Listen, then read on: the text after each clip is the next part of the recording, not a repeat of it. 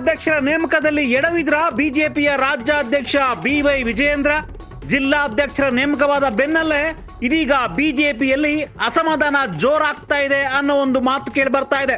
ಅನುಭವ ಇಲ್ಲದ ಎಳಸು ನಾಯಕರಿಗೆ ಮಣೆ ಹಾಕಿದ್ರಂತೆ ವಿಜಯೇಂದ್ರ ಅನ್ನೋ ಒಂದು ಚರ್ಚೆ ಆಗ್ತಾ ಇದೆ ರಾಜ್ಯ ಬಿಜೆಪಿಯಲ್ಲಿ. ಕೇವಲ ತಮ್ಮ ಆಪ್ತರಿಗೆ ಜಿಲ್ಲಾಧ್ಯಕ್ಷ ಸ್ಥಾನಕ್ಕೆ ನೇಮಕವನ್ನ ಮಾಡಿದ್ರ ವಿಜಯೇಂದ್ರ. ಸಂಸೋಜ್ಜಿ ಬಣ ಹಾಗೂ ವಿಜಯೇಂದ್ರ ವಿರೋಧಿ ಬಣದಿಂದ ಈ ರೀತಿಯ ಅಸಮಾಧಾನ ವ್ಯಕ್ತವಾಗ್ತಾ ಇದೆ, ಬೇಸರವನ್ನ ವ್ಯಕ್ತಪಡಿಸ್ತಾ ಇದ್ದಾರೆ ಪಕ್ಷದಲ್ಲಿ ಅನ್ನೋ ಒಂದು ಮಾಹಿತಿ ಬರ್ತಾ ಇದೆ. ಬೆಂಗಳೂರು, ತುಮಕೂರು, ಮೈಸೂರು, ಚಿಕ್ಕಬಳ್ಳಾಪುರ ಜಿಲ್ಲೆಗಳಲ್ಲಿ ಬೇಸರವನ್ನ ವ್ಯಕ್ತಪಡಿಸಿದ್ದಾರೆ ಬಿಜೆಪಿಯ ಸ್ಥಳೀಯ ನಾಯಕರು. ವಿಜಯೇಂದ್ರ ವಿರುದ್ಧ ತಮ್ಮ ಆಕ್ರೋಶವನ್ನ ಹೊರಹಾಕಿದ್ದಾರೆ. ತಮಗೆ ಬೇಕಾದವರಿಗೆ ಹುದ್ದೆಯನ್ನ ಕೊಟ್ಟಿದ್ದಾರೆ ವಿಜಯೇಂದ್ರ ಅನ್ನೋ ಒಂದು ಆರೋಪ ಕೇಳಿ ಬರ್ತಾ ಇದೆ. ಲೋಕಸಭಾ ಎಲೆಕ್ಷನ್ ಟೈಮಲ್ಲಿ ಈ ರೀತಿಯಾದ್ರೆ ನಾವು ನೆಕ್ಸ್ಟ್ ಗೆಲ್ಲೋದೇಗೆ, ಪಕ್ಷದ ಹಿತಕ್ಕಿಂತ ತಮ್ಮ ಹಿತವನ್ನ ಕಾಯ್ದುಕೊಂಡಿದ್ದಾರೆ ವಿಜಯೇಂದ್ರ. ಹೀಗಾಗಿ ಈ ಒಂದು ಜಿಲ್ಲಾಧ್ಯಕ್ಷರ ನೇಮಕ ಸರಿ ಇಲ್ಲ ಅನ್ನೋ ಒಂದು ಆಕ್ರೋಶ ಕೂಡ ವ್ಯಕ್ತವಾಗ್ತಾ ಇದೆ. ಸಾಕಷ್ಟು ಮಂದಿ ಜಿಲ್ಲಾಧ್ಯಕ್ಷ ಹುದ್ದೆಯ ನಿರೀಕ್ಷೆಯಲ್ಲಿದ್ರು. ಅದರಲ್ಲಿ ಪ್ರಮುಖವಾಗಿ ವಿ ಸೋಮಣ್ಣ ಅವರ ಮಗ ಅರುಣ್ ಸೋಮಣ್ಣ ಕೂಡ ಬಹುಶಃ ಬೆಂಗಳೂರು ದಕ್ಷಿಣ ಅಥವಾ ತುಮಕೂರು ಏನು ಬಿಜೆಪಿಯ ಜಿಲ್ಲಾಧ್ಯಕ್ಷರಾಗಿ ನೇಮಕ ಆಗಬಹುದು ಅನ್ನೋ ಒಂದು ಲೆಕ್ಕಾಚಾರದಲ್ಲಿದ್ರು. ಅರುಣ್ ಸೋಮಣ್ಣಗೆ ಬೇಸರ ಆಗಿದೆ. ಬೆಂಗಳೂರು ದಕ್ಷಿಣಕ್ಕೆ BSY ಆಪ್ತರು ಆದಂತಹ ಜಯನಗರ ಶಾಸಕ CK ರಾಮಮೂರ್ತಿ ಅವರಿಗೆ ಮಣೆಯನ್ನು ಹಾಕಲಾಗಿದೆ. ಅದೇ ರೀತಿ ಕೋಲಾರದಿಂದ ಮತ್ತೊಮ್ಮೆ ವೇಣುಗೋಪಾಲ್ ಅವರು ಜಿಲ್ಲಾಧ್ಯಕ್ಷರಾಗಿ ನೇಮಕ ಆಗಿದ್ದಾರೆ. ಈ ಹಿಂದೆ ಕೂಡ ವೇಣುಗೋಪಾಲ್ ಜಿಲ್ಲಾಧ್ಯಕ್ಷರಾಗಿದ್ರು. ಆದ್ರೆ ಕೋಲಾರದಿಂದ ಒಂದೇ ಒಂದು ಸೀಟನ್ನ ಗೆಲ್ಲೋಕ್ಕಾಗಿಲ್ಲ ಬಿಜೆಪಿ. ಮತ್ತೆ ಅವ್ರಿಗೆ ಮಣೆ ಹಾಕಿದ್ ಯಾಕೆ ಅಂತ ಕೋಲಾರದ ಬಿಜೆಪಿಯ ನಾಯಕರು ಪ್ರಶ್ನೆಯನ್ನ ಮಾಡ್ತಾ ಇದ್ದಾರೆ. ಮತ್ತೊಂದ್ ಕಡೆ ಚಿಕ್ಕಬಳ್ಳಾಪುರದಲ್ಲೂ ಕೂಡ ಮತ್ತೆ ರಾಮಲಿಂಗಪ್ಪ ಅವರಿಗೆ ಮಣೆಯನ್ನ ಹಾಕಲಾಗಿದೆ. ರಾಮಲಿಂಗಪ್ಪ ಚಿಕ್ಕಬಳ್ಳಾಪುರ ಜಿಲ್ಲೆಯ ಬಿಜೆಪಿಯ ಅಧ್ಯಕ್ಷರಾಗಿದ್ದಾರೆ.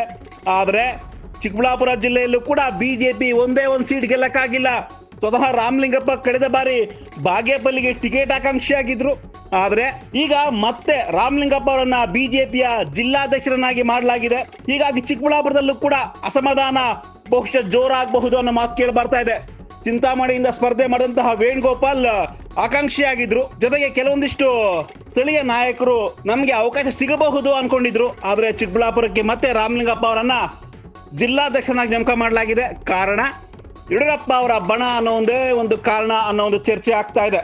ಮತ್ತೊಂದು ಕಡೆ ತುಮಕೂರು ಜಿಲ್ಲಾಧ್ಯಕ್ಷ ಹುದ್ದೆಗೆ MLA ಸುರೇಶ್ ಗೌಡ್ರು ಜೊತೆಗೆ ಗುಬ್ಬಿಯಿಂದ ಸ್ಪರ್ಧೆ ಮಾಡಿ ಸೋದಂತಹ ದಿಲೀಪ್ ಕೂಡ ಆಕಾಂಕ್ಷಿಗಳಾಗಿದ್ರು. ಆದ್ರೆ ತುಮಕೂರಿಗೆ ಮತ್ತೆ ರವಿಶಂಕರ್ ಹೆಬ್ಬಾರ್ ಅವರ ನೇಮಕ ಮಾಡಿರೋದಕ್ಕೆ ಅಲ್ಲೂ ಕೂಡ ಅಸಮಾಧಾನ ಇದೆ ಅನ್ನೋ ಲೆಕ್ಕಾಚಾರ ಇದೆ. ಇದೆಲ್ಲದಕ್ಕಿಂತ ವಿಶೇಷ ಮತ್ತೆ ವಿಚಿತ್ರ ಅಂದ್ರೆ ಮೈಸೂರು ನಗರದ ಬಿಜೆಪಿ ಅಧ್ಯಕ್ಷರಾಗಿ ನಾಗೇಂದ್ರ ಅವರು ಆಯ್ಕೆಯಾಗಿದ್ದಾರೆ, ನೇಮಕ ಆಗಿದ್ದಾರೆ. ಮಾಜಿ ಶಾಸಕರು ನಾಗೇಂದ್ರ. ಸದ್ಯ ತುಮಕೂರಿನ ಸಂಸದರು ಪ್ರತಾಪ್ ಸಿಂಹ ಹಾಗೂ ಈ ಮಾಜಿ ಶಾಸಕ ನಾಗೇಂದ್ರ ಅವರಿಗೆ ಒಂದ್ ರೀತಿ ಹಾವು ಮುಂಗಿಸಿದಾರ. ಎಲೆಕ್ಷನ್ ಟೈಮ್ ಅಲ್ಲಿ ನಾಗೇಂದ್ರ ಅವರನ್ನ ಮೈಸೂರು ನಗರದ ಜಿಲ್ಲಾಧ್ಯಕ್ಷನಾಗಿ ಮಾಡಿದ್ದಾರೆ. ಇದೊಂದ್ ರೀತಿ ಪ್ರತಾಪ್ ಸಿಂಹ ಅವರಿಗೆ ಹಿನ್ನಡೆ ಆಗಬಹುದು. ಪ್ರತಾಪ್ ಸಿಂಹ ಅವರನ್ನ ಒಂದ್ ರೀತಿ ಹಣೆಯೋದಕ್ಕೆ ಈ ರೀತಿಯ ತಂತ್ರಗಾರಿಕೆ ಮಾಡಿದ್ದಾರೆ ಅನ್ನೋ ಒಂದು ಚರ್ಚೆ ಕೂಡ ಆಗ್ತಾ ಇದೆ. ಮತ್ತೊಂದ್ ಕಡೆ ಸದಾ ಕಾಲ ಯಡಿಯೂರಪ್ಪ ಹಾಗೂ ವಿಜಯೇಂದ್ರ ವಿರುದ್ಧ ಆಕ್ರೋಶವನ್ನ ವ್ಯಕ್ತಪಡಿಸುವಂತಹ ಯತ್ನಾಳ್ ಅವರ ಜಿಲ್ಲೆಯನ್ನ ಗಮನಿಸೋದಾದ್ರೆ ಅಲ್ಲೂ ಕೂಡ ವಿಜಯಪುರದಲ್ಲಿ ಒಂದ್ ರೀತಿ ಸೈಲೆಂಟ್ ಆಗಿದ್ದಾರೆ. ಯತ್ನಾಳ್ ಸಹವಾಸಕ್ಕೆ ಹೋಗಿಲ್ಲ ವಿಜಯೇಂದ್ರ ಟೀಮ್. ಅಲ್ಲಿ ಯತ್ನಾಳ್ ಬೆಂಬಲಿಗರಿಗೆ ಅವಕಾಶವನ್ನ ಮಾಡಿಕೊಟ್ಟಿದ್ದಾರೆ ಅನ್ನೋ ಒಂದು ಲೆಕ್ಕಾಚಾರ ಇದೆ.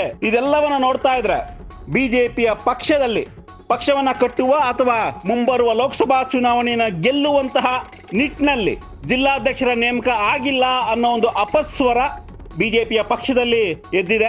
ಅನಾನುಭವಿ ಎಳಸು ನಾಯಕರಿಗೆ ಹುದ್ದೆಯನ್ನ ಕೊಟ್ಟಿದ್ದಾರೆ ಅನ್ನೋ ಒಂದು ಅಸಮಾಧಾನ, ಆಕ್ರೋಶ ವ್ಯಕ್ತವಾಗ್ತಾ ಇದೆ. ಈ ಹಿನ್ನೆಲೆಯಲ್ಲಿ ವಿಜಯೇಂದ್ರ ಟೀಮ್ ವಿರುದ್ಧ ಬಿಜೆಪಿಯಲ್ಲಿ ಇರ್ತಕ್ಕಂಥ ವಿಜಯೇಂದ್ರ ವಿರೋಧಿ ಬಣ ಹೈಕಮಾಂಡ್ಗೆ ದೂರ್ ಕೊಡ್ತಾರಂತೆ ಅನ್ನೋ ಒಂದು ಚರ್ಚೆ ಆಗ್ತಾ ಇದೆ. ಇದಕ್ಕೆ ಪುಷ್ಟಿ ಕೊಡುವಂತೆ ಇತ್ತೀಚೆಗಷ್ಟೇ ಅಮಿತ್ ಶಾ ಅವರನ್ನ ಮಾಜಿ DCM ಈಶ್ವರಪ್ಪ, ಮಾಜಿ ಸಚಿವ ವಿ ಸೋಮಣ್ಣ ಕೂಡ ಭೇಟಿಯಾಗಿದ್ರು. ಶೀಘ್ರವೇ ರಾಜ್ಯಕ್ಕೆ ಬರ್ತಾರೆ ಅಮಿತ್ ಶಾ. ರಾಜ್ಯಕ್ಕೆ ಬರುವಂತ ಅಮಿತ್ ಶಾ ಅವರಿಗೆ ಕೆಲವೊಂದಿಷ್ಟು ದೂರನ್ನ ಕೊಡಬಹುದು ಅನ್ನೋ ಒಂದು ಲೆಕ್ಕಾಚಾರ, ಚರ್ಚೆ ಕೂಡ ಆಗ್ತಾ ಇದೆ. ಯಾಕಂದ್ರೆ ಈ ಹಿಂದೆ ಕೂಡ ವಿಜಯೇಂದ್ರ ಬಿಜೆಪಿಯ ರಾಜ್ಯಾಧ್ಯಕ್ಷರಾಗಿ ನೇಮಕ ಆದಾಗ ವಿಜಯೇಂದ್ರ ಅವರ ನೇಮಕಕ್ಕೂ ಕೂಡ ರಾಜ್ಯ ಬಿಜೆಪಿ ನಾಯಕರು ಅಸಮಾಧಾನವನ್ನ, ಬೇಸರವನ್ನ ವ್ಯಕ್ತಪಡಿಸಿದ್ರು. ಸ್ವತಃ ಬಿಜೆಪಿಯ ಶಾಸಕ ಯತ್ನಾಳ್ ಬಹಿರಂಗವಾಗಿ ಮಾತನಾಡಿದ್ರು. ವಿಪಕ್ಷ ನಾಯಕರಾಗಿ ಅಶೋಕ್ ಆಯ್ಕೆಯಾಗಿದ್ದು, ಬಿಜೆಪಿಯ ಅಧ್ಯಕ್ಷರಾಗಿ ವಿಜಯೇಂದ್ರ ಆಯ್ಕೆಯಾಗಿದ್ದು ನಾನು ಒಪ್ಪಲ್ಲ. ಲೋಕಸಭಾ ಚುನಾವಣೆ ಬಳಿಕ ಜುಲೈ ನಂತರ ನೋಡ್ತಾ ಇರಿ ಏನೆಲ್ಲ ಬದಲಾವಣೆ ಆಗುತ್ತೆ ಅನ್ನೋ ಒಂದು ರೀತಿಯಾಗಿ ಯತ್ನಾಳ್ ಹೇಳಿದ್ರು. ಈಗಲೂ ಕೂಡ ಜಿಲ್ಲಾಧ್ಯಕ್ಷರ ನೇಮಕ ತಾತ್ಕಾಲಿಕ ಅನ್ನೋ ಒಂದು ಮಾತು ಕೇಳಿ ಬರ್ತಾ ಇದೆ. ಲೋಕಸಭಾ ಚುನಾವಣೆ ಬಳಿಕ ರಾಜ್ಯ ಬಿಜೆಪಿಯಲ್ಲಿ ಮಹತ್ವದ ಬದಲಾವಣೆ ಆಗಬಹುದು ಆಗಿದ್ರೆ ಇದೆಲ್ಲವೂ ಬರೀ ಎಕ್ಸಾಂಪಲ್ಸ್ ಅಷ್ಟೇ. ಸಾಕಷ್ಟು ದೊಡ್ಡ ಮಟ್ಟದಲ್ಲಿ ಚರ್ಚೆ ಆಗ್ತಾ ಇದೆ ರಾಜ್ಯ ಬಿಜೆಪಿಯಲ್ಲಿ.